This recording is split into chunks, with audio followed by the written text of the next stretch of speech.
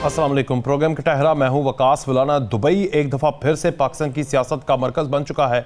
नवाज शरीफ और आसिफ अली जरदारी की मुलाकात होगी। निगरान हुकूमत के लिए मामलात को तय किया जाएगा। निगरान वज़ीर आज़म का नाम भी फाइनल हो सकता है और उसके बाद बाकी तहादियों से भी मुशावरत मुतवक्के है और फिर वज़ीर आज़म और अपोजिशन लीडर बैठ कर उसी नाम के ऊपर, जो कि पहले फैसला हो चुका होगा, एक नॉन इलेक्टेड और मुबैना तौर पर मुजरिम इंसान की तरफ से, यानी नवाज शरीफ की तरफ से, कन्विक्टेड आदमी की तरफ से, उसके ऊपर अमल दरामद हो जाएगा। और जो ज़राए से खबर आ रही है कि इसहाक डार सेनेटर वज़ीर ख़जाना, उनका नाम भी एक्सपेक्टेड है कि उनको निगरान वज़ीर आज़म बनाया जाए। और एक तरमीम भी लेकर आ रहे हैं इलेक्शन एक्ट 230 सेक्शन के अंदर 2017 के इलेक्शन एक्ट में, और ये तरमीम भी असम्बली के अंदर आ सकती है और उसके बाद इसको पास भी करवाया जा सकता है, जिसमें निगरान हुकूमत को राइट्स दिए जाएंगे, फुल फ्लेज राइट्स दिए जाएंगे कि वो मुआशी मामलात के ऊपर कोई ना कोई स्टेप ले सकते हैं, कोई ना कोई इक़दामात कर सकते हैं, और इसके अलावा दीगर अमूर जो रियासत के हैं उनको एज इट इज़ चला सकते हैं, जैसा कि फुल फ्लेज हुकूमत चला सकती है। ये अभी फाइनल नहीं है, लेकिन ये तरमीम एक्सपेक्टेड है कि इसको लाया जा सकता है। फिर आज वज़ीर आज़म पाकिस्तान ने कुछ बातें की हैं। उन्होंने सबसे पहले कहा कि कशकोल तोड़कर हम बनी गाला के इर्द गिर्द बखेर देंगे, ये काम जादू टूने से नहीं होगा। अगला वज़ीर आज़म नवाज शरीफ होगा। अगर अवाम ने हमें दोबारा इक़्तिदार का मौका दिया, इलेक्ट किया, तो मैं एक कारकुन बनकर, वज़ीर आज़म पाकिस्तान कह रहे हैं, मैं कारकुन बनकर नवाज शरीफ की क़यादत में इस मुल्क को तरक्की की राहों पर ले जाऊंगा। भाई 1.5 साल के अंदर आप मुंशी थे, आप पटवारी थे, कौन थे आप, कर क्या रहे थे आप 1.5 साल का आप कोई नहीं गिनवाते, लेकिन 2013 से 2018 गिनवाते रहते हैं, या 2018 से 2022 के कारनामे वो जो पिछले वज़ीर आज़म ने किए हैं वो गिनवाते रहते हैं। अपनी 1.5 साल की कारकर्दगी की बुनियाद पर यही कहते हैं कि दोबारा इलेक्ट कर लो, नवाज शरीफ को वज़ीर आज़म बना दो, फिर देखना हम क्या कर देंगे। फिर उन्होंने कहा कि इलेक्शन में अवाम ने जो भी फैसला किया वो कबूल करेंगे, और इलेक्शन में अवाम ने फैसला करना है। जनाब, आप मजाक तो नहीं कर रहे, अवाम ही फैसला करेगी, पक्की बात है। पीटीआई का मुस्तकबिल क्या हो सकता है, क्या वो इलेक्शन लड़ भी पाएगी या नहीं? शेख फयाजुद्दीन साहब मुस्लिम लीग नून से, ब्रिगेडियर रिटायर हारिफ नवाज साहब, सेनेटर हुमायूं अहमद साहब पाकिस्तान तहरीक इंसाफ से हमारे साथ मौजूद है। सेनेटर हुमायूं अहमद साहब हमारे साथ मौजूद हैं। जी सेनेटर साहब, क्या हालचाल आपका? ठीक है? अभी तक तो अल्लाह का शुक्र है सर। अभी तक? अच्छा, इस प्रोग्राम के बाद भी ठीक रहेंगे? सर मुझे क्या पता, आप लोग क्या सवाल पूछते हैं, मैं क्या जवाब देता हूँ, उसके बाद क्या होता है क्या नहीं होता। आपको पता है आजकल क्या कर रहे हैं ये लोग, किस तरह। वैसे मुझे चले बात हो ही रही है हालचाल की, मुझे ये बताएं, आप ही वाहिद क्यों नजर आ रहे हैं हमें टीवी पे? मसला इसकी वजह क्या है? फिर मैं सवाल करता हूँ। सर उसकी एक वजह ये है कि मैं उन चंद खुशकिस्मत लोगों में से हूँ कि जो नजरिए पे खड़ा होता है, और अल्लाह का शुक्र है कोई अभी तक ऐसा काम नहीं किया कि जिसकी वजह से मुझे कोई मैंने कोई वो किया हो कि यार कोई मुझे कहे कि यार ये बंदा बुरा इंसान है। सारे लोग मुझे जानते हैं, 22 साल से इस्लामाबाद में हूँ, हर एक शख्स मुझे जानता है। ये साथ आपके ब्रिगेडियर साहब बैठे हुए हैं, ये भी आपको बड़े अच्छे तरीके से जानते हैं, ब्रिगेडियर साहब। बस ठीक है, ब्रिगेडियर साहब जानते हैं, उसके अलावा और बहुत सारे लोग जानते हैं, आर्मी में बहुत सारे लोग जानते हैं मुझे, सिविल में मुझे, ब्यूरोक्रेसी में मुझे, पॉलिटिशियंस बहुत सारे जानते हैं। अल्हम्दुलिल्लाह ज्यादातर लोग 99.9% लोग मुझे अच्छे नाम से जानते हैं, 0.1% शायद मुझे बुरे नाम से भी जानते हो, मैं उसका कुछ कह नहीं सकता। लेकिन मेरी कोशिश ये है कि मैं जिस तरह मैं आपको टीवी पे देख रहा हूँ ना, जिस तरह आप एक्सेप्टेबल हैं, तो आप ही लीड कर ले फिर तहरीक इंसाफ को। मैं तो बेहतरीन मशवरा दूंगा आपके लीडर को जो बैठा हुआ है जमान पार्क में, कि भाई इस बंदे को बना दे। ऐसा होता है, let me put it like this, I am a good follower, I might not be a good leader. या you are a good follower, you might not be a good leader, लेकिन आपकी हिम्मत को और आपके लिंक्स को दाद के माशाल्लाह आप जो बैठे हुए। खैर, कशकोल तोड़कर बनी गाला के इर्द गिर्द बखेर देंगे, यह जादू टूने से नहीं होगा। वजीर आजम पाकिस्तान शहबाज शरीफ वो कहते हैं अगली दफा हुकूमत आई तो हम इस कशकोल को भी तोड़ेंगे, मुल्क को तरक्की की राहों पर गामजन करेंगे और जादू टूने वालों को इबरत का निशान बना देंगे। देखिए इस तरह है, मैं आपको एक चीज समझाता हूँ। समझा दें। इन्होंने इससे पहले 3 दफा हुकूमत की है मुल्क में, और उसके अलावा इन्होंने पंजाब में कोई 4 या 5 मरतबा इनके पूरे टेन्योर रहे हैं। उन 3 दफा में इन लोगों ने अपने बच्चों के लिए वो हुकूमतें की हैं, क्योंकि उस दौरान में पाकिस्तान को तो कोई फायदा नहीं हुआ, इनको बहुत फायदा हुआ है पर्सनली। इनके वो बच्चे जो 16-16 साल के थे, 17-17 साल के थे, कि जो अगर अपनी सीवी लेकर बाहर जाएं तो उनको कोई 10 रुपए की नौकरी ना दे, वो दिहाड़ी भी नहीं कर सकेंगे, वो बन गए हैं बिलियनियर। और वो मतलब ये कहते हैं ना, हम 22 खानदानों में, देखिए मियां नवाज शरीफ ने एक इंटरव्यू में कहा था कि हम लोग गवाल मंडी में अपने छत पे होते थे, गुल्ली डंडा खेलते थे। जो 22 फैमिली थी ना, वो गुल्ली डंडा खेलती नहीं थी। गुल्ली डंडा मेरी तरह, आपकी तरह जो मिडिल क्लास या लोअर मिडिल क्लास वाले लोग होते ना, हम खेलते थे गुल्ली डंडा। तो ये बड़े लोगों की गेम ही नहीं है गुल्ली डंडा। तो फिर तो ठीक है ना, कहते हैं ना, क्या ये जब कहते हैं ना, अच्छा उसके बाद फिर शहबाज शरीफ साहब कहते थे कि मेरे वालिद साहब गरीब थे, नवाज शरीफ साहब कहते थे मेरे वालिद साहब अमीर थे। अच्छा। ये इतने झूठ इन लोगों ने नहीं, तो मैंने सवाल जो पूछा उसका जवाब ये नवाज शरीफ और शहबाज शरीफ की करप्शन तो नहीं है ना, उनकी परफॉर्मेंस के ऊपर आए जरा आप। सर जी परफॉर्मेंस, मुझे एक बात बताएं, कौन सी परफॉर्मेंस, किस परफॉर्मेंस की बात कर रहे हैं आप? परफॉर्मेंस ये है कि इन लोगों ने, देखिए ये पिछले 4 साल से ये 6 GDP का, जी हम 2013 से लेके 2018 के दरमियान में हमने 6 GDP लेकर आए हैं। पाकिस्तान तहरीक इंसाफ 3.5 साल में, 4 साल में 2 दफा 6 GDP को टच किया है। हमने आखिरी साल में जो हमारे अहदाफ थे, जो फाइनेंशियल अहदाफ थे, जो हमारे फाइनेंस के लिहाज से थे, चाहे वो रेमिटेंसेस हो, चाहे वो एक्सपोर्ट्स हो, जो थी, हमने सारे के सारे वहां पे वो किए हैं। अच्छा, ये अचीव किए थे। तो उस लिहाज से तो हम लोग हर लिहाज से बेहतर थे। इन्होंने सिर्फ इस वजह से हटाया है कि इनको वो शख्स भाता नहीं था कि जो इनको उठा के बाहर देंगे, और इनको पता है कि इनके पास आगे कुछ भी नहीं है। रही बात इन लोगों ने कि ये कहते हैं कि हम लोग केयर टेकर बनाएंगे, केयर टेकर ना बनाए, ये खुद ही इसको चलाएं। मतलब जो इन्होंने केपी में किया हुआ है, जो इन्होंने पंजाब में किया हुआ है, वो केयर टेकर नहीं है, वो इनके टेकर हैं, वो इनके लिए टेक कर रहे हैं। और अभी ये लोग देखिए आइन के साथ कितना खिलवाड़ कर रहे हैं। मतलब मुझे समझ नहीं आती कि हमारे ये लोग समझते हैं कि ये अवाम क्या इतनी बेवकूफ है। याद रखें, चेयरमैन जो कप्तान है उसने एक काम किया है, उसने अवाम को बेदार कर दिया है। अब अवाम इनसे पूछेगी कि तुम ये किस तरीके से, ये लोग अब सब कुछ कर लें, लेकिन मैं आपको सच बता रहा हूँ, ये लोग इतने रुस्वा होंगे, रुस्वाई के अलावा इनकी किस्मत में और कुछ नहीं लिखा हुआ। जी मुआविन खुसूसी वजीर आजम साहब, आप इतने रुस्वा होंगे कि रुस्वाई के अलावा आपकी झोली में कुछ नहीं गिरेगा। केयर टेकर वजीर आजम लाने की क्या बात है, आप तो खुद केयर टेकर हैं, और उनसे ही ऐसे बंदों को लगाकर पंजाब और KPK वालों को केयर टेक करवानी है तो खुद ही लग जाए, कंटिन्यू करें आगे, सिविलियन मार्शल हो जारी रखें बकौल। शुक्रिया मौलाना साहब। पहले तो मैं सेनेटर साहब की इस बात का जवाब देना चाहूँगा कि 3 दफ़ा हमें हुकूमत मिली है तो हमने क्या किया है। हमने पाकिस्तान को दुनिया में बाइज्जत मुकाम दिया है। अच्छा। हमने भारत के 5 धमाकों के मुकाबले में 6 एटमी धमाके किए हैं। हमने पाकिस्तान में पहली दफा मोटरवेज दी है। सेनेटर साहब जब पिशावर से इस्लामाबाद आते हैं तो 1.5-2 घंटे में उस मोटरवे पे चढ़ के आ जाते हैं। नवाज शरीफ की जायदाद 25 करोड़ से 25 अरब डॉलर तक पहुंच गई। नवाज शरीफ ये पुराने मोहल्ले, लाहौर के पुराने मोहल्ले से एवन फील्ड में रह रहे हैं माशाल्लाह। मरियम नवाज जो कि प्राइमरी स्कूल में पढ़ती थी, वो बाहर की यूनिवर्सिटियों में, और आप वजीर आजम बनने के ख्वाब देख रही हैं। ये सब कुछ हुआ है माशाल्लाह, ये भी आपने किया। ये पता नहीं आपने किसको कह दिया कि किस प्राइमरी स्कूल में पढ़ती थी। वो किंग एडवर्ड मेडिकल कॉलेज में से पढ़ती थी, और वो एक खानदान नहीं पढ़ती थी, क्या हो गया, एडमिशन नहीं हुआ था, वो एक नई इत्तेफाक ग्रुप जो है। मुझे बात तो करने दीजिए मौलाना साहब, अगर आप ही ने बात करनी है तो मुझसे ना पूछें कुछ।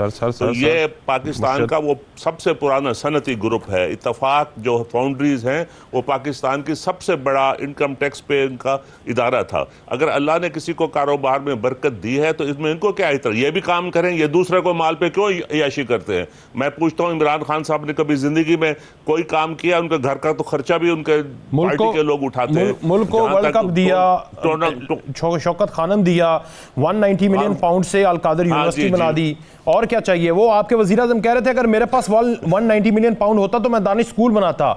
अलकादर यूनिवर्सिटी बना दी उन्होंने, वो दानिश स्कूल से बड़ा प्रोजेक्ट है, तो शाबाश देना आप उनको। हाँ जी, बिल्कुल शाबाश देंगे कि पाकिस्तान का वो रुपया जो पाकिस्तान के खजाने में आना था, वो एक बिल्डर के अकाउंट में सुप्रीम कोर्ट में चला गया और ये केस भी जल्द फैसला हो जाएगा कि यह क्या इसमें कानूनी था और क्या गैर कानूनी था। उन्होंने मुल्क के वसाइल पे अपनी सियासत को चलाया है और मुल्क को तबाही और माशी गड्ढे में फेंक दिया है। उससे निकालने के लिए हम 14 माह में जो हमसे सबसे बड़ा जो काम हम कर सकते थे कि पूरी दुनिया ये कह रही थी बमाए इनके लीडर के, बमाए इनके तमाम फाइनेंशियल एक्सपर्ट्स के, कि हम डिफॉल्ट होने जा रहे हैं। ये हमने 14 माह में पाकिस्तान को डिफॉल्ट होने से बचाया है। ये कहते हैं कि जीडीपी आखिरी साल इनकी 6% थी, तो इनको कहें इनकी एवरेज बता दें। एवरेज इनकी 2% से भी नीचे है 4 साल की। और आप पाकिस्तान मुस्लिम लीग की जीडीपी उठा के देख लें, ये एवरेज 5% है। पाकिस्तान को हमने दुनिया के में माशी मुकाम पे उसको तरक्की दी है। हम 27 उन मुल्कों में शामिल होने जा रहे थे जो तरक्की याफ्ता मुल्क हैं, लेकिन बदकिस्मती से इनके जो आलाकार, जिनके ये आलाकार हैं, उनकी वजह से हमारी हुकूमत को गिरा दिया गया। अब तो ये अजहर बिन शम्स है, ये तो बात सबके सामने आ गई है कि जो ये पानामा पेपर्स का केस था और उसमें इनको नवाज शरीफ साहब को नाहल किया गया था, उसके पीछे क्या साजिश थी। मैं ये पूछता हूँ कि ये 4 महीने में अपना 4 साल में अपना एक कारनामा बता दें। एक हमने पाकिस्तान में पहला LNG टर्मिनल बनाया है। ठीक, एक कारनामा, ठीक है। मैं एक बता दें जो इन्होंने कोई ऐसा पाकिस्तान में तरक्की का निशान। ब्रिगेडियर साहब, चल ठीक है, सवाल आ गया आपका। ब्रिगेडियर साहब, वैसे आप मुझे सही बताएं, आपको मज़ा आ रहा है? मतलब आप पहले बैठते थे हमारे साथ, लोग दूसरे एंकर्स के साथ, रंग बिरंगे पॉलिटिकल लीडर PTI के, मासूम और कुछ तलख और कुछ तिखे और कुछ मीठे खट्टे नमकीन, सारे चेहरे आपके सामने आते थे, प्यारी प्यारी बातें होती थी। क्या हो गया सर? क्या थोड़ी गुंजाइश नहीं पैदा करनी चाहिए कि क्योंकि पाबंदी नहीं है, मना भी नहीं है, ममनू भी नहीं है, लेकिन कोई आ नहीं रहा। ये सेंटर हुमायूं अहमद साहब को शाबाश है कि ये आ जाते हैं। क्या वजह सर? दहारे में रहना चाहिए इनको? आप अपनी राय दीजिएगा। देखिए, हुमायूं जो है, हुमायूं सेनेटर साहब बड़ा अच्छा बात करते हैं, बड़ी रिस्पेक्ट किए थे, लेकिन PTI ने अपनी पार्टी को खुद तबाह किया। मैं हमेशा आपके हर प्रोग्राम में कहता था कि सियासी लड़ाई सियासी तरीके से सर PTI ने या अकेले एक बंदे ने ट्विटर के ऊपर और टिकटॉक, अब तो टिकटॉक पे भी आ गया ना माशाल्लाह। वो तो लीडर से कह रहे कि उस वक्त तो सब कुछ वही चला रहे थे। It was always I would say a one man show. जब से हुकूमत ख़त्म हुई है उस वक्त से इन्होंने टारगेट किया पाकिस्तान की एस्टेब्लिशमेंट को और आर्म फोर्सेस को। मीर सादिक, मीर जाफर, जानवर होते हैं, एनिमल्स होते हैं, न्यूट्रल्स, उसके बाद जनरल बाजवा, फिर आपने 2 स्टार एक डेकोरेटेड 2 स्टार में जनरल के बारे में बात की, फिर आपने एंड में 9th में कोई सब कुछ जनरल आसमान कर रहे हैं। बात यह है कि जब एक फेडरल गवर्नमेंट है, हुकूमत, मसला यह है ब्रिगेडियर साहब, मसला यह है कि अब आप जो बलूचिस्तान के लोग हथियार उठा के बैठे हो पहाड़ों पे, उनको माफ़ी मिल सकती है। TTP को दोबारा से इन्हीं के दौरे हुकूमत में माफ़ी मिल सकती है, उनकी बातकारी भी हो सकती है। हम सानेहा 1971 को भूल के उन लोगों को माफ़ करने के लिए तैयार हैं। इसके अलावा बहुत सारे सानेहात हैं। 2014 के APS वाले लोग जो थे उनको भी किसी हद तक माफ़ी मिल गई थी, अगर वो धारे में आ जाएं। इनके लिए माफी की आइंदा गुंजाइश हो सकती है कोई? ये जो 1-1.5 साल में इन्होंने किया। वे ऑल्सो, अगर आप जिसका 9 पे का इंसिडेंट हुआ है, आप यू एज अ लीडर आप उसको रिस्पॉन्सिबिलिटी को ओन करें, पाकिस्तान के शहीदों की लवाटीन की फैमिली से माजरत करें, आप आर्म फोर्सेस से कहें यस आई नेवर एक्सपेक्टेड, ये बहुत गलत हुआ है, I apologise on behalf of my party. There are 101 ways to say, बकर अगर आप उसको जस्टिफाई करेंगे, but then the ego आपकी जो है that आपको कहीं नहीं छोड़ रही है। This is the issue।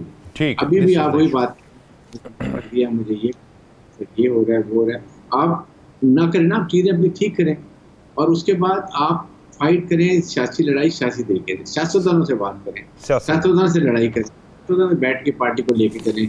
आप डायलॉग नहीं दे, आपको कितनी दफ़ा कहा गया, आपने कहा मैं तो बैठ नहीं छोड़ूंगा सर, जिससे आज आप इसमें आपने कारकुनों को क्या किया, अपनी लेडीज़ को कितनी परेशानी की, आपने उनमें कितने केसेस बनवा दिए।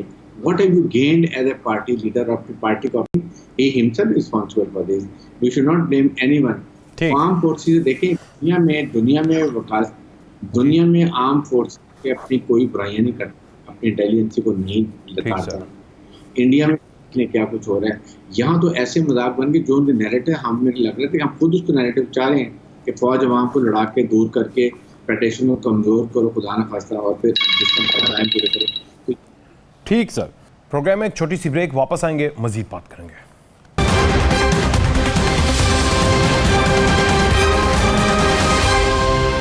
एक बार फिर से खुशामदीद नाज़रीन। जो ब्रिगेडियर साहब ने बातें की है ना, सेनेटर साहब, वो चार पॉइंट्स उनके बड़े अहम हैं। एक, सबसे पहले मुआफ़ी मांगें, ये इधर उधर आएँ बाएँ शाएँ जस्टिफिकेशंस छोड़ दें, गलती होगी माफ़ी मांगें। नया चेयरमैन लाएं जिसके ऊपर मैंने इत्तफाक किया है इस प्लेटफॉर्म से, वो है मुझे सेनेटर हुमायूं महमद दिख रहा है इस वक्त के लिए।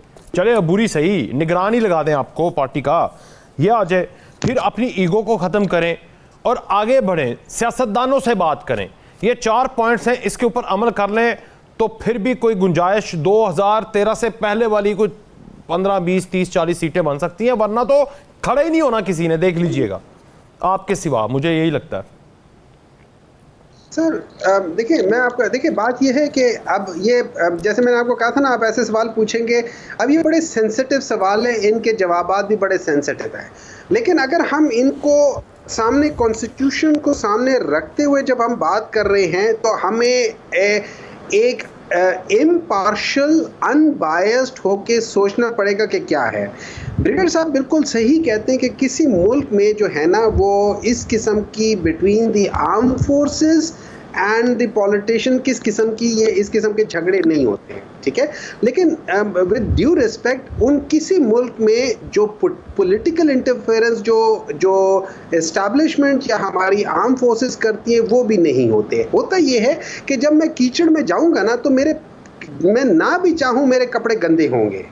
तो पॉलिटिक्स या इस किस्म की चीज़ें ऐसी होती हैं, जब आप बीच में घुसेंगे तो फिर हर एक सही सवाल या गलत सवाल उठाएगा। वो उस चीज़ से फिर एक जो इदारा जो कि एक्चुअली इस मुल्क का जामिन है, उसके ऊपर अननेसेसरी के ब्लेम्स आने शुरू हो जाएंगे जो कि नहीं आने चाहिए। मैं ये समझता हूँ, देखिए मेरी पूरी फैमिली हिस्ट्री एक आर्म फोर्सेस की है, मेरे खानदान में बहुत सारे हैं, इंक्लूडिंग अ शहीद, सारे हैं मेरे पास। तो I can understand the pain and everything, but at the same time I stand for the honour of the arm forces. But at the same time I would tell कि यार देखें, आप लोग इस गन में ना पड़े। You must condemn the attitude of your chairman जो उनका 1.5 सालों में रहा है। You must condemn here. मैं आपको एक बात बता देता हूँ। देखिए चेयरमैन साहब ने, मैं आपको एक बात, उन्होंने बात कही है, और आइन के लिहाज से ये पाकिस्तान में आप किसी भी जगह देने लग जाएंगे यार, सीधी सी बात है। उन्होंने मीर जाफर मीर सादिक बोला, आप उनके साथ खड़े हैं, आपकी शहीदों की फैमिली है, उन्होंने शहीदों के मज़ारों पे जाके, शहीदों के कुतुबों को जाके आग लगाई है, आप कंडेम कर दें, बात खत्म हो जाएगी। आप चेयरमैन के एटीट्यूड को कंडेम करें, आप जस्टिफिकेशन तो ना दें। मैं जस्टिफिकेशन नहीं दे रहा, मैं ऑनेस्टली मैं बता रहा हूँ, मैं टोटली अनबायस्डली आपको एक बात बता रहा हूँ। अगर वो इस किस्म की बात करते हैं जो कि let's put like this, it's not wrong but it should not be done, मैं इससे एग्री करता हूं कि इस किस्म के अलकाबात देना अच्छी बात नहीं है, लेकिन उसमें पॉलिटिक्स में ये होता है। सर पॉलिटिक्स में जब आप ये जाते हैं, ये सारी चीज़ें होती हैं, कोई किसी को चोर कहेगा, कोई किसी को कुछ कहेगा, कोई किसी को कुछ कहेगा, ये चीज़ें होती हैं। इस वजह से उन इंस्टीट्यूशंस को, चाहे वो जुडिशरी है, चाहे वो आर्म फोर्सेस है, चाहे वो इलेक्शन कमीशन है, चाहे वो नैब है, जो इन किस्म के इंस्टीट्यूशंस हैं जो कि पाकिस्तान के जामिन हैं, इन और एक कॉन्स्टिट्यूशनल इंस्टीट्यूशंस हैं, इन लोगों को पॉलिटिकल इंटरफेरेंस से बाहर रहना चाहिए। ठीक है, डन हो गया, ये बात समझ आ गई, ये बात समझ आ गई। तो आगे का रास्ता आपको भी लगता है कि माफी के बाद ही होगा, और माफी मांगनी नहीं है? मैं सेंसिटिव है, लेकिन मैं बात कर रहा हूं आपसे। जी वेरी क्विकली। चेयरमैन साहब ने कैटेगोरिकली इवन सुप्रीम कोर्ट से लेकर आज तक हमेशा कहा है कि ये जो हुआ है ये बहुत गलत हुआ है, ये नहीं होना चाहिए था। ठीक है। और इनमें जो लोग इन्वॉल्व थे उन सबको सजा होनी चाहिए, लेकिन एट द सेम टाइम उनके एविडेंस बताएं कि वो किस लिहाज से कौन कौन लोग थे। क्यों बाज़ जगहों पे देखिए, बाज़ जगहों पे हमें पता है पंजाब की पुलिस ने किस तरह रोल प्ले किया, लेकिन मैं एक बात बता देना चाहता हूँ, वो हमारे जो नून लीग जो adviser to the prime minister है, उन्होंने एक बात की थी मरियम सफदर साहिबा के लिहाज से कि वो किंग एडवर्ड में पढ़ी थी। मरियम सफदर साहिबा जब कैनेडा में जा रही थी, she was not on the merit, she got through force उन्होंने प्रिंसिपल को अब आप कह रहे नालायक थी वो, उसके बाद नहीं जॉब से वो उस काबिल ही नहीं थे। फिर उन्होंने आर्मी मेडिकल कॉलेज में अपने आप को दाखिला करवाया, वहां से उन्होंने थ्रू प्राइम मिनिस्टर जो उनके वाले साहब थे किंग एडवर्ड में दाखिला करवाया। किंग एडवर्ड में वो 1 साल नहीं चल सकी, वो टॉप मतलब मेरे जैसे डॉक्टर हमें जो इस वक्त बड़ा नाम है, मैं भी किंग एडवर्ड के लिए नहीं क्वालिफाई कर सकता था, उसका इतना हाई मेरिट है। इन लोगों के आप इन लोगों के सारी चीजें चेक करें ना, आप चेक करें फिर मरीम नवाज की जिद्दोजहद कि कहां से उन्होंने सफर शुरू किया और आज वजीर आजम के ख्वाब देख रही हैं, बैठी हैं, क्वालिफाई कर चुकी हैं। ये होती है जिद्दोजहद। सलाम पेश करें आप। देखिए, this is very unfortunate for the Pakistan. इस मुल्क में मैं आपको एक बात जरूरी नहीं है जो डॉक्टर ना बन पाए या किंग एडवर्ड में ना जा पाए वो वजीर आजम नहीं बन सकता यार। सुने ना, मेरी बात सुन ले। आप आंखें बंद करके एक दफा सोचें कि आपकी कंपनी में ये 5 बंदे आ रहे हैं आपका ब्रांड एम्बेसडर बनने के लिए, मौलाना फजल रहमान, मियां नवाज शरीफ, शहबाज शरीफ, मरियम सफदर, ये लोग आ रहे हैं। क्या आप इसको ब्रांड एम्बेसडर बनाने देंगे? नहीं। अब आप आंखें बंद करके पूछें कि अगर चेयरमैन कप्तान आपके पास आके कहे मैं आपका ब्रांड एम्बेसडर बनना चाहता हूं, अब आप क्या करोगे? आप कहोगे जरूर आओ, आप कहोगे 10 लाख नहीं, पूछे ना, मैं जवाब दूंगा। आप खुद ही जो आंसर भी दिए जा रहे हैं। आपने सवाल मुझसे पूछा, आंखें मेरी बंद करवाई है, जवाब खुद दे दिया। मैंने तो पूरे पाकिस्तान की बंद करवाई हैं। मुझे तो नहीं पता। शेख साहब आपने आंखें क्यों नहीं बंद की? ये मौलाना फजल रहमान, शहबाज शरीफ, नवाज शरीफ, मरियम सफदर, आसिफ अली जरदारी, ये हमारे मुल्क के ब्रांड एम्बेसडर। यार हमारा मुल्क का ब्रांड एम्बेसडर वो है जिसने यूरोप को यूरोप से ज्यादा जाना है, जापान को जापान से ज्यादा जाना है, ईरान को ईरान से ज्यादा जाना है, पाकिस्तान को पाकिस्तान से ज्यादा जानता है। ये होता है ब्रांड एम्बेसडर। और आपकी मरियम तो नालायक ही बनी थी। मैं आपकी इस बात का जवाब, मरियम नवाज साहबा बात सुनिए। सेनेटर साहब इंतहाई शुस्ता और शरीफ आदमी है। जैसा कि उन्होंने कहा, मैं उनसे 100% मुत्तफिक हूँ कि इदारों को सियासत में नहीं आना चाहिए, लेकिन ये बात वो अपने चेयरमैन को भी समझाएं। उनका चेयरमैन ये कहता है कि मैं सियासी जमातों के साथ बैठने के लिए तैयार नहीं, मैं आर्मी चीफ से बात करूंगा। तो पहले वो अपने चेयरमैन को तो समझा लेना कि आर्मी चीफ का सियासत से क्या वास्ता, क्यों उनको सियासत में वो धकेलना चाहते हैं। सिर्फ इस वजह से कि वो सियासत में आए भी इन्हीं के कंधों पे चढ़ के आए थे, और जब अब वो कंधा उनको मुयस्सर नहीं है तो वो रियासत के दुश्मन हो गए। अब वो उनको जानवर भी कहते हैं, उनको मीर सादक भी कहते हैं, मीर जाफर भी कहते हैं, और वो ये नहीं सोचते कि वो रियासत पे अटैक कर रहे हैं। वो ये भी कहते हैं कि अगर मुझे दोबारा गिरफ्तार किया गया तो ये सब कुछ फिर होगा। वो इन लोगों को एक शह देते हैं कि वो दहशत गर्दी करें, मुल्क के इदारों पे हमला करें, रियासत के जो निशानात हैं, जो शहीदों के निशानात हैं, उनको तोड़ फोड़ करें, उनको आग लगाएं, जिना हाउस में घुस जाएं और वो अमन और अमान का एक मसला पैदा कर दें। बात यह है कि ये जिस इमरान खान साहब का जहन सियासी जहन नहीं है, वो एक आमराना जहन के मालिक हैं। उन्होंने कभी सियासत में बिलीव ही नहीं किया। मुझे बता दें, 4 साल में उन्होंने कभी अपोजिशन के साथ बैठने की कोशिश की है? जबकि आपको याद होगा कि सर आप जैसी अपोजिशन जिसके ऊपर हजारों केसेस थे, ने भी और बिलावल भुट्टो ने भी कहा था कि इमरान खान कदम बढ़ाओ, हम तुम्हारे साथ हैं, लेकिन वो कदम बढ़ाने के लिए तैयार ही नहीं है। वो एक आमराना जहन के मालिक हैं, वो एक फाशिस्ट आदमी है, वो सियासत करना ही नहीं चाहते, वो मुल्क को। अच्छा, दूसरी बात का जो जवाब दे देना कि ये बात तो सच है ना कि आप इलेक्शन में कह रहे हैं कि अवाम ने हमें वोट दिया। पहली बात ये है, मेरी अपनी राय है कि पता नहीं इस दफा अवाम वोट देती है या नहीं, और उसने जो दिया वो पड़ता है या नहीं, आई डोंट नो, ये तो देखना पड़ेगा। दूसरा, ये आपके 5 बड़े रहनुमा क्या पाकिस्तान के ब्रांड एम्बेसडर हो सकते हैं जिनका बरोने मुल्क में छपता है कि ये पाकिस्तान के सबसे बड़े चोर हैं, बकौल इमरान खान, चेयरमैन तहरीक इंसाफ? इमरान खान तो और भी आर्मी चीफ को भी वो मीर जाफर मीर सादक कहते हैं। आप इमरान खान की बात छोड़ दें, आप नवाज शरीफ की बात करें जो पाकिस्तान में सी पैक लेके आया था, जिसने चाइना के साथ सबसे बड़ा मुआशी मुआहदा किया था, जो पाकिस्तान को तरक्की की राह पे ले जाता, और इमरान खान साहब ने आते ही उन पे करप्शन के इल्जामात लगा के उसको बंद कर दिया था। बात यह है कि हुकूमत चलाने के लिए हौसला चाहिए, दानिशमंदी चाहिए, फराग दिली चाहिए, अफ़ाम तफ़ीम चाहिए। सियासत अफ़ाम तफ़ीम का नाम है, डायलॉग का नाम है, दहशतगर्दी का नाम नहीं है, जिना हाउस पे हमला करने का नाम नहीं है, अपोजिशन को 2-2 साल तक जेल में डालने का नाम नहीं है। ये बर्दाश्त का नाम है, जो उनमें नहीं है। और बाकी ये जो बात है, ये इलेक्शन इंशाअल्लाह अपने वक्त पे आईनी मुद्दत के अंदर होंगे और अवाम जो फैसला करेगी, जैसा कि शहबाज शरीफ साहब ने भी कहा है, वो वैसे फैसला आपको सब बुरा ही नहीं कबूल लगा वो करेंगे। मरियम नवाज को? उन्होंने पहले भी कबूल नहीं कितना किया। कुछ कह गया, आपको याद बुरा ही होगा नहीं कि लगा? 13 के इलेक्शन के बाद भी ये धरना दे के बैठ गए थे। ये कभी भी जमहूरी नहीं करना रवायात चाह की रहे वो। पासदारी नहीं करते। ठीक, मैं कह रहा हूँ आपको बुरा ही नहीं लगा उन्होंने कह दिया मरियम नवाज जो है, जो आपकी एक्सपेक्टेड कभी ना कभी प्राइम मिनिस्टर है, वो डिसक्वालीफाइड है। पाकिस्तान के लिए अलमिया है कि इतना नालायक स्टूडेंट जो है वो सिर्फ बाप वज़ीर आज़म है, उस हैसियत से ऊपर चला जाए तो ये ऑटोक्रेसी है, ये तो जबराना निज़ाम है, ये वो निज़ाम है, बादशाहत का निज़ाम है। और क्या है इसमें? बादशाह का बेटा जो था वो जहांगीर, जिसके बाद जी जी जी जी जी सेनेटर साहब ने जो मरियम बीबी के बारे में बात की है, उनको खुद उस पर शर्मिंदगी का एहसास होना चाहिए। वो पाकिस्तान मुस्लिम लीग की सीनियर नायब सदर हैं और अवाम उनके साथ खड़े हैं। आने वाले इंतखाबात में देख लीजिएगा कि अवाम उनको किस तरह से उनकी पजीराई करते हैं और उनकी आवाज़ पे लब्बैक कहते हैं। इसका फैसला अवाम ने करना है, वो लायक है या नालायक सेनेटर साहब ने नहीं करना है। ठीक है, एक ब्रेक लेते हैं, वापस आते हैं।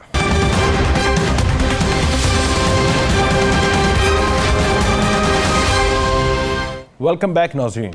आप तो दोनों पार्टीज़ वाले हैं, अब मैं एक न्यूट्रल बंदे के पास जाता हूं जो कि पिछले 1.5-2 सालों से न्यूट्रल होने का फैसला कर चुके हैं, और वो हमारे साथ ब्रिगेडियर साहब। ब्रिगेडियर साहब, आप न्यूट्रल पॉइंट ऑफ व्यू दीजिएगा।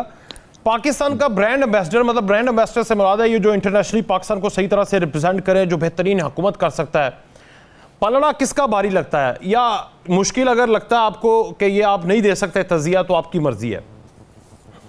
देखें, मैं तो वकास ये कहता हूँ कि सबसे बेस्ट तरीका ये कि टीवी पे मनाजरा कराया जाए। टीवी पे मनाजरा? एवरी पार्ट टीवी पे नाम लेना, शक्ल दिखाना तो बंद कर दिया हुआ है ना एक बंदे का। इनको तो कम से कम ये तो आ सकते हैं ना, इनको भी आके कम से कम अपना मैनिफेस्टो बताएं, पार्टी लीडर्स, और आवाम को बताएं कि what all you have done, आपकी परफॉर्मेंस क्या है पिछले 14-15 महीने में, और आइंदा के लिए आप क्या करना चाहते हैं, आप कैसे इकोनॉमी रिवाइव। आप तो हमें ना डायरेक्ट पाकिस्तान के इलेक्शन से यूएस के इलेक्शन में लेके जा रहे हैं, तरक्की याफ्ता है। ये होना चाहिए। दैट टाइम लोगों में अवेयरनेस आ गई है, अब आप ये करें और फिर उन्हें आवाम को सेलेक्ट करने के इलेक्शन में जाएं और जाके वहाँ बात करें। सेकंड ये कि देखें, ऑनेस्टली बात करता हूँ कि इस तरह की हम वैसे की बात करें तो कोई भी अहल नहीं है पाकिस्तान में। जो एक अहल था उसने खुद अपने आप को सत्यानाश कर लिया, अपने ऐसी उसने अपनी पार्टी को भी बल्कि आई वुड से कि आग लगा दी, अपना भी नुकसान किया,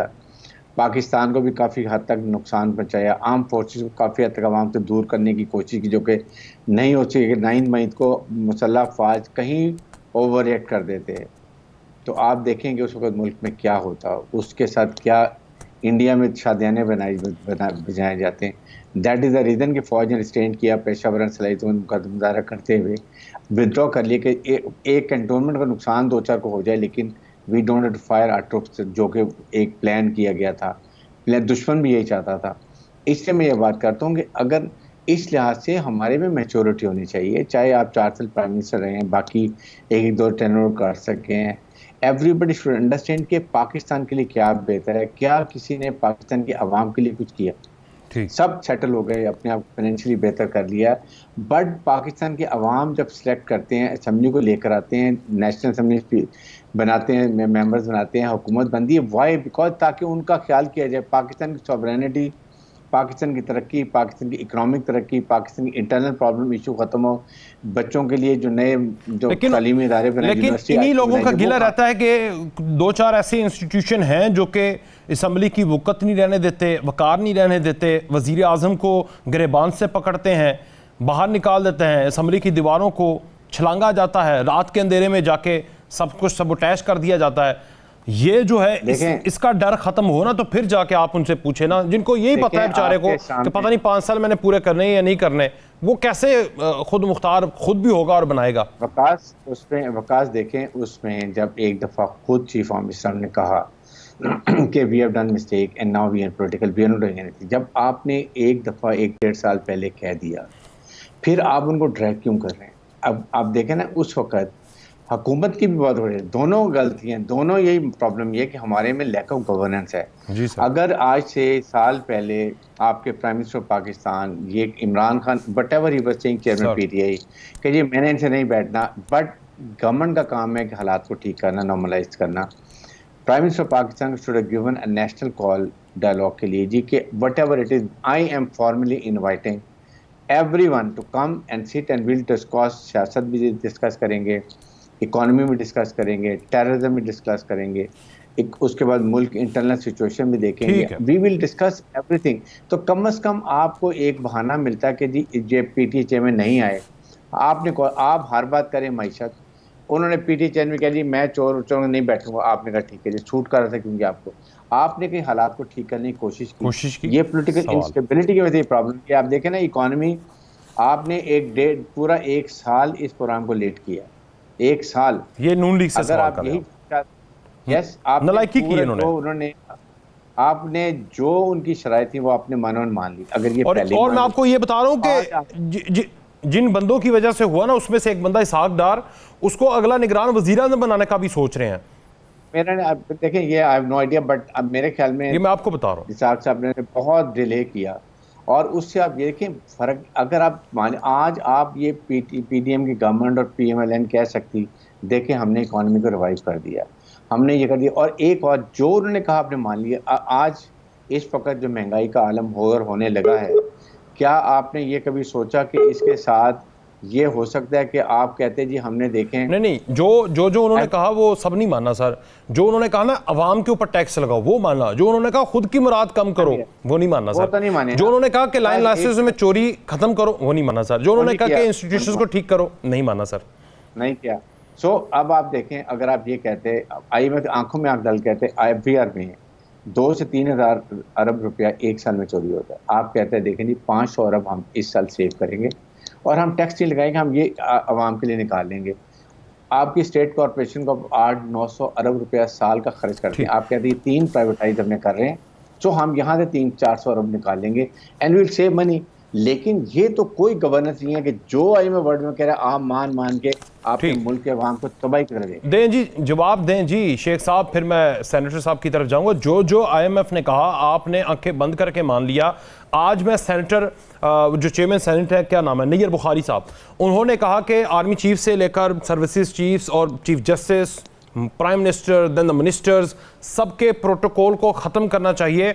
और ख़बर यह है माशाल्लाह कि सरकारी मुलाजमीन की 15 से 17% तनख्वाहें तो बढ़ी हैं, वो तो उनका हक है, लेकिन DPO, DCOs, deputy commissioner, ADCR, assistant commissioner, उनको फॉर्चूनर्स गाड़ियां दी जा रही हैं आपकी निगरान हुकूमत जिसका कोई काम नहीं है। और सर्विसेज हॉस्पिटल के वार्ड्स में बत्ती नहीं थी, बिजली नहीं थी, पानी घुसा हुआ था, मरीज बेहोश थे, 6-6 घंटे बेहोश रहे, जनरेटर नहीं चल रहे थे। ये है आपके 1.5 साल की कारकर्दगी और अब आप कह रहे हैं दोबारा हुकूमत दी तो हम पाकिस्तान को पता नहीं जन्नत बना देंगे। बताएं जरा शेख साहब। राना साहब, जहां तक वफाक में हमारी हुकूमत है तो उस पर नई गाड़ियों की खरीदारी पे पाबंदी है। अच्छा। अगर पंजाब ने ऐसा कोई फैसला किया है तो वो निगरान हुकूमत का फैसला है। वो कर ही नहीं सकती, वो कर ही नहीं सकती। आपका वजीर आजम उसको शाबाश दे रहा था कल, आपने सुना नहीं, देखा नहीं मोहसिन नकवी साहब को? हाँ, जी, वो शाबाश इस वजह से दे रहा था कि 200 मिलीमीटर बारिश हुई है और इस वक्त 95% कराची के, लाहौर के जो हल्के हैं उनमें पानी निकाल दिया गया। और सर्विसेज अस्पताल में उसी वक्त पानी घुसा हुआ था। ब्रिगेडियर साहब ने ये और एक डॉक्टर कह रहा था कि लेने दीजिए भाई। जी सर, आप बुरा मना जाते हैं, मुझे बात तो करें बात। नहीं, मैं बुरा नहीं मना रहा। आपने एक सवाल किया है तो मुझे उसका जवाब भी देने दीजिए ना। तो ब्रिगेडियर साहब ने जैसे कहा है कि हुकूमत का काम है कि सियासी जमातों को बिठाए, तो आपको भी याद होगा कि परसों के जलसा आम में शहबाज शरीफ साहब ने और असम्बली में उन्होंने तमाम सियासी जमातों को दावत दी है, तमाम मिल बैठे और मुल्क को तरक्की की राह पे गमजन करे। लेकिन वो तो बैठने के लिए तैयार नहीं। इंतखाबी इस्लाहात कमेटी में उनको दावत दी गई। मैं अभी शहबाज शरीफ साहब को फोन करें, हम प्रोग्राम रोक देते हैं, उनको कॉल करें, उनको कहें, वो फैसलाबाद से निकल गए वापस, कि जनाब आप चेयरमैन तहरीक इंसाफ को दावत दें, उनको बुलाएं, 1-to-1 मुलाकात करें, आप मिसाके मैशत और बुर्दबारी, हमदर्दी, रियासत मदीना के सही असूलों पे अमल करने की बात, कि दुश्मनों को भी माफ़ कर देते थे आप सल्लल्लाहु अलैहि वसल्लम, उस तरह की बातें करते थे ना, तो भी उसे बुलाएं, बात करें, कहें ज़रा, आप कह दें। मेरी बात सुने, इंतखाबी इस्लाहात कमेटी में तहरीक इंसाफ को बाकायदा दावत दी गई, उनके नुमाइंदे को नॉमिनेट किया गया और नहीं आए, वो नहीं आए। वो कभी मुझे बता दें पिछले 10 साल की हिस्ट्री में बता दें कि वो कभी अपोजिशन के साथ बैठने के लिए या सियासी जमातों के साथ बैठने के लिए कभी तैयार हुए? वो तो कहते हैं मैं ही एक फरिश्ता हूं, बाकी सब पाकिस्तान में चोर हैं। और जो फरिश्ता है उसने पाकिस्तान को माशी जहन्नम की तरफ धकेल दिया है। पाकिस्तान की जो तरक्की की राह पे जा रहा था उसको तनज़्ज़ुल की तरफ ले गया है। जरा सेनेटर साहब जरा अब ये फरिश्ता जो है ये अजल का फरिश्ता है पाकिस्तान के लिए। अच्छा चले जी, आप कुछ कह रहे हैं? जी मैं सेनेटर साहब की तरफ। सेनेटर साहब, एक तो ये बातें भी आपने सुन ली, और दूसरा उन्होंने जब आपने मरीम नवाज के ऊपर बातें की तो उन्होंने जवाब नहीं दिया। उन्होंने यही कहा कि आपको शर्मिंदगी होनी चाहिए, आपको शर्मिंदा होना चाहिए। वो हमारी वाइस प्रेसिडेंट हैं, चीफ ऑर्गेनाइज़र हैं और अवाम उनके साथ है। ये मुझे लग रहा था कि वो ये बात करेंगे, लेकिन नहीं उन्होंने की कि एक नालायक स्टूडेंट आज अवाम के अंदर इतनी क्राउड पुलर है, एटलीस्ट वो जादू टूना तो नहीं ना करती।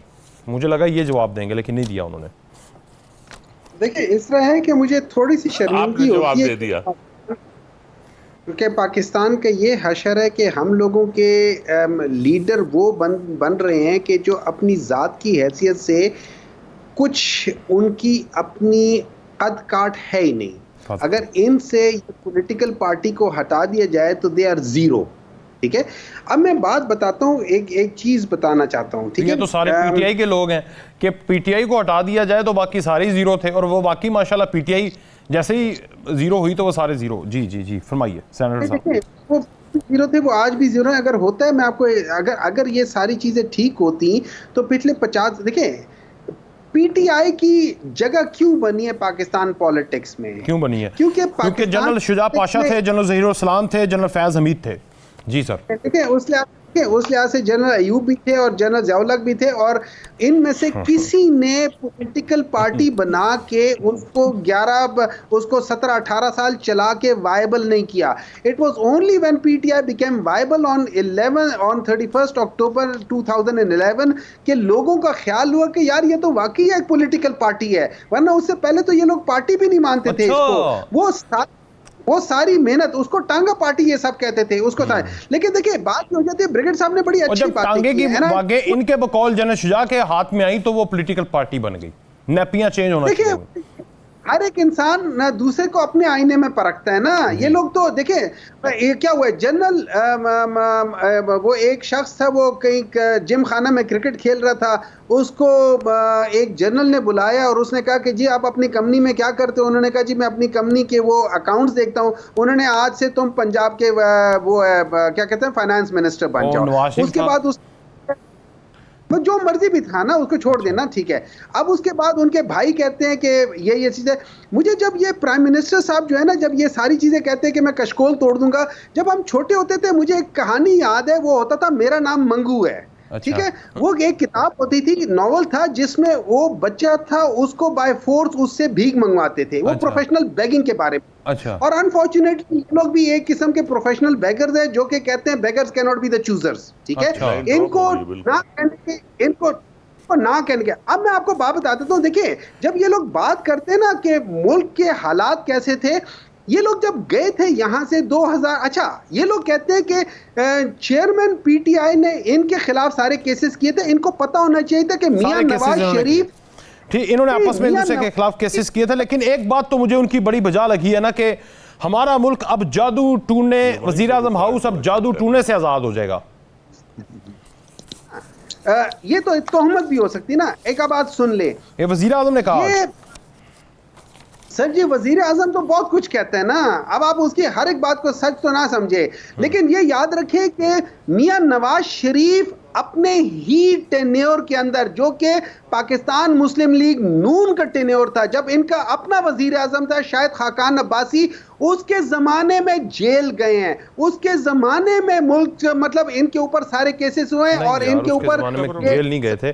चले खैर, बहुत शुक्रिया सेनेटर साहब, ब्रिगेडियर साहब, और मेरा टाइम खत्म हो गया प्रोग्राम का, मज़ा बड़ा आ रहा था मुझे। बहुत शुक्रिया फ़याज़ साहब, शेख साहब, इजाज़त दीजिए जी, अल्लाह हाफ़िज़।